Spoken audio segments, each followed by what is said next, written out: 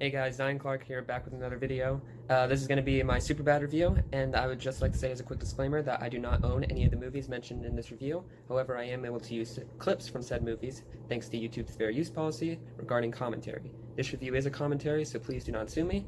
And also, this is all my opinion, so please don't get all bent out of shape about it. And with that, let's get right to the review. Enjoy.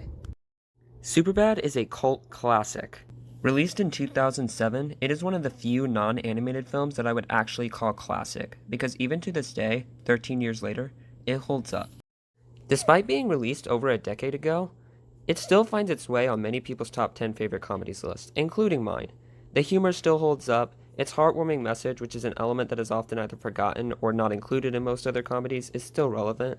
The situations the characters get into are still relatable, and to this day, it is the only movie I have ever seen 5 times straight, because to me, it is that much of a gem.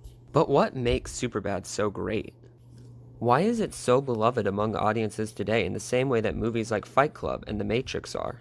Well, I believe there are several factors that contribute to its popularity and legacy, so I'm going to start with Part 1, the writing.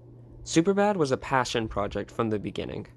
Seth Rogen and Evan Goldberg, who also worked together on other movies like This Is the End, started working on the script when they were only 13. Yes, the Superbad that everyone loves was originally written by middle schoolers. And of course, the two friends edited the script over time, making it more relatable as they were able to base it off some of their own experiences.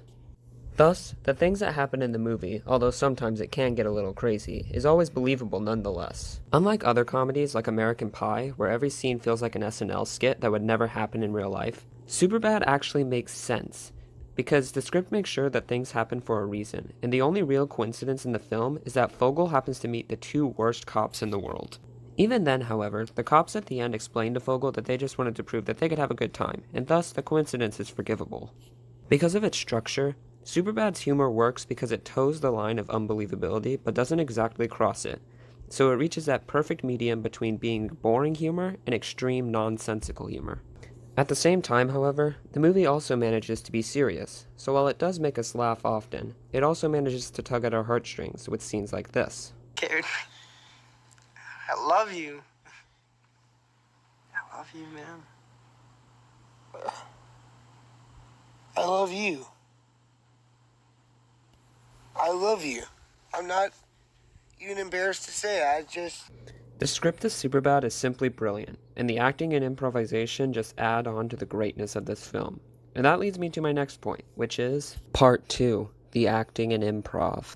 Superbad basically launched the careers of both Rogen and Goldberg, as although Rogen had been in a few movies before this one, this was the first major success for either of them, and they would both go on to cement themselves as film greats after the movie's release and subsequent success. However, they weren't the only ones to benefit, as this movie also propelled most of the main cast into stardom. Along with Rogen, this was the first major successful movie for all of them, and the first movie period for Christopher Mintz-Plasse, who was absolutely brilliant as Fogel. Unfortunately, Mintz-Plasse wouldn't go on to have as an illustrious career as his castmates, but in this movie, he perfectly captured the character, and he was still making me laugh just as hard on my 5th viewing as he was on my 1st viewing. For most of the film, he was in what I believe are some of the funniest moments in the movie, which are the scenes with two of the greatest improvians I have ever seen, Seth Rogen and Bill Hader. If you take a look at the original screenplay for Superbad, which I will be providing a link for in the description down below, you might notice that there are a ton of differences between the script and the actual movie. For one thing, one of the main characters, Becca, was originally supposed to be named Helen, but they decided to change it in the end. In addition to this, there are a lot of scenes in the original screenplay that were cut to be shorter, which is commonplace among films, and a lot of stuff was added through improvisation.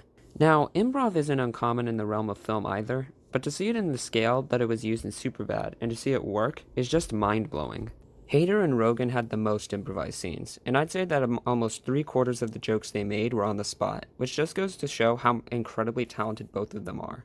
To be a great improvian is hard enough, but to do it for a full-length film made for millions of people, and to be able to stay in character while saying and listening to jokes like this. When I first joined the force, I assumed there was semen on everything. And there was some, huge semen database that had every bad guy's semen in it. There isn't. That doesn't exist. It shocks me that they're not even my favorite duo in the film. That honor goes to Michael Cera and Jonah Hill, who are probably my favorite duo in any movie, period.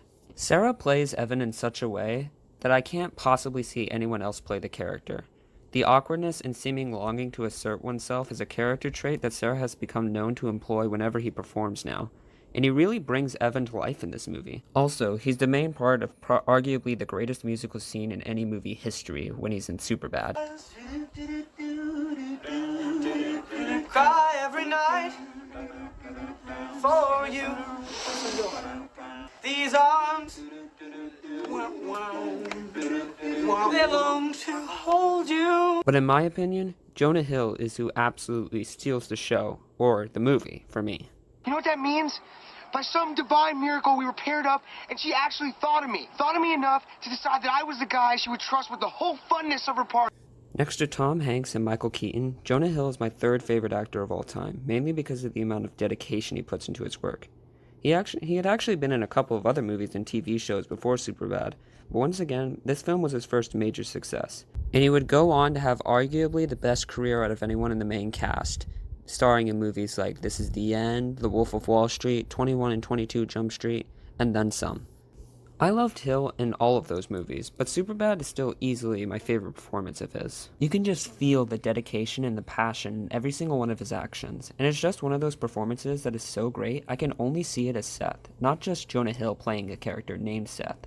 I haven't even mentioned Emma Stone yet, who also launched her career with this movie, and was also absolutely brilliant despite only being in it for a combined 5 to 10 minutes. There were just so many great performances in this film that it would take forever to really go into all of them. And this part has already gone on for a very long time, so I'm going to move on to Part 3, the production design. At this point in the review, I'm going to start making comparisons between Superbad and another teen comedy that it's often compared to, American Pie. I think that American Pie is highly overrated, and it's very unclear to me why Superbad is often described as the new American Pie, because the vast difference in quality between the two movies is incredibly pronounced. I could probably go on for hours about everything that Superbad does right and American Pie does absolutely wrong, but for now, I'm just going to talk about the production design. Both Superbad and American Pie are low-budget films, with Superbad's budget sitting at $20 million US, and American Pie's budget sitting at $10 million US. But if I hadn't known that, I would have thought that there was far more than just $10 million separating the two movies. Most of the filming for both films was done on location, so there weren't many sets, but unlike American Pie, Superbad clearly took advantage of its need for on-location shooting. There's such a variety of locations, and that makes the movie interesting because you get to see different parts of the city, and it feels real as a result. One of the many reasons I love the cop scenes in Superbad is because Fogel and the cops often stop at different locations. This may seem like a trivial thing, but it goes a long way in making the audience feel like they're actually in the movie, because the director decided to film at unique locations while effectively telling the story. This is not the case in American Pie, where every location is bland and boring, lit the exact same way, and consistently shot at the most boring angle possible. Almost every single shot in this film is at either a house or at the school. Of course, there's nothing wrong with having your movie basically take place in one or two settings. Where I have an issue, however, is when that setting is so boring and cliché that it doesn't allow you to take a break from your boring cliché characters. Which brings me to my final point. Part 4, the characters. Here is the opening scene for Superbad. Yo! Hey man, I was doing some research for next year, and I think I figured out which website I want to subscribe to. The Vagtastic Voyage. Which one is the Vagtastic Voyage? The Vagtastic Voyage is the one where they find like random girls on the street, and they invite them into a van, and then they bang them once they're on the van. It's like $13 a month, and you get access to a bunch of other sites, like one's Latina, one's Asian, there's one for fetishes, like feet and pee-pee and shit and stuff like that. It's disgusting. Just from this 20-second interaction, I know everything I need to know about the main characters of Superbad. You have Evan, the awkward one who is also a little weird. And then you have Seth, the more assertive one who always says what's on his mind. These two are friends and clearly care about each other, so it's likely that each of them looks up to the other and they probably share character traits, but they hide these shared traits for whatever reason. Let's compare this with the opening scene of American Pie. Something wrong with the reception? Yeah. There's this nature show that I'm trying to watch, and the birds are all scrambled, and I can't even. Do me, yes. Uh, Baby, ride me like a pony. Thing must be broken. I sat on the remote or something. I Ready for bed, son? Yep, I'm all set, Dad. All set. No, I think he's tried to watch. At the end of this scene, I have only been introduced to one of the 4 main characters, which is already very wrong. All I know about this character is that he likes to watch porn, but he's stupid and watches it on his TV with his door opened. When the other 3 main characters are finally introduced, they are just as unlikable, and we are forced to try and sympathize for these terrible people who are going to go through great lengths to use women as tools. The whole rest of the film is just a series of coincidences and stupid incidents that would never happen in real life, and none of the characters develop or learn anything throughout the entire movie. In the end, they all lose their virginity to girls that they only talk to in the first place to get laid. And the whole purpose of these girls is so that these guys can get laid. There's no other purpose to their character whatsoever. This further proves that Superbad seems more set in reality than American Pie. In Superbad, Michael Cera's character actually acts like a human being, and he refuses to lose his virginity to drunk Becca, no matter how much he wants her. Jonah Hill's character develops because he realizes that Jules is not like every other girl, or what he thinks is like every other girl. She won't have sex with him just because he's drunk, or because she's drunk. And he ends up learning a lesson at the end after he gives Jules a black eye. Seeing well-written characters and seeing them develop throughout a movie is very satisfying, and Superbad does this very well. And thus, that is one of the many reasons why I believe it is still, to this day, a classic, and still will be 100 years from now. So yeah, I hope you guys enjoyed the review. If you did, please share this video with your friends, and subscribe and like, and comment what you want me to review next if you really want to. I have another movie in mind just in case there are no comments, because these videos don't usually do so well. But anyway, yeah, please like, subscribe, comment, and I'll be back here soon. Peace.